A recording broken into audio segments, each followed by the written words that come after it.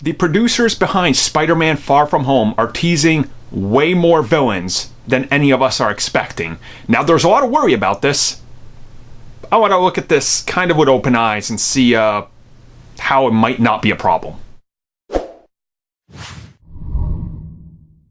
So the moment you hear more villains, you start thinking, oh no, Spider-Man 3, Amazing Spider-Man 2, and you're just like, I don't know if I'm ready for this. It's going to be a jumbled mess. And I understand the fear, right? I understand the fear, and there are certain ways you can handle a lot of villains and still be able to maintain semblance of a coherent story and direction for a film.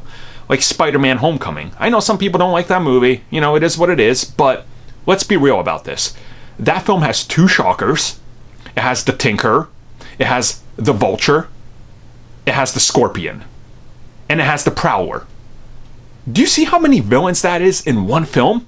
But it's subtlety, right? They're not like, oh, it's Scorpion and he's in his suit and he's going to be attacking Spider-Man. Oh, it's the Prowler. He's already wearing a costume, right?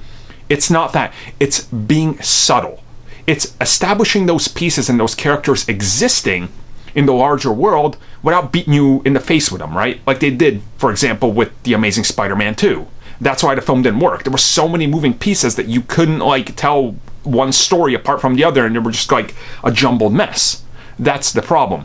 Homecoming pulled it off because it's subtle and they focus on the character and his journey while having all these things around it.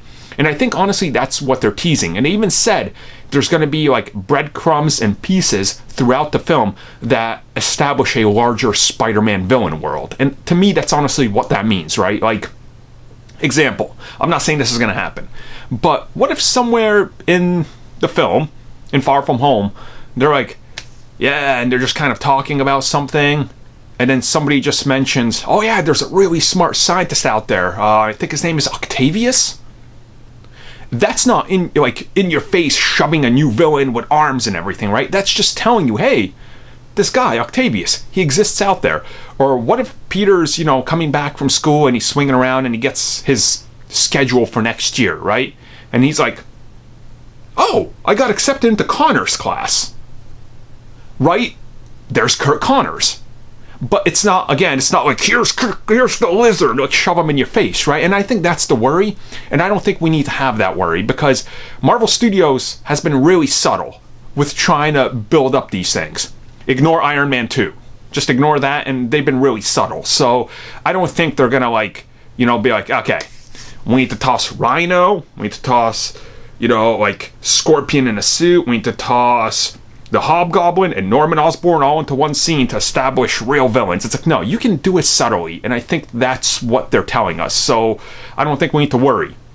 Unless we watch the movie and they literally just toss them all at the screen at once and we're like, well, that was garbage.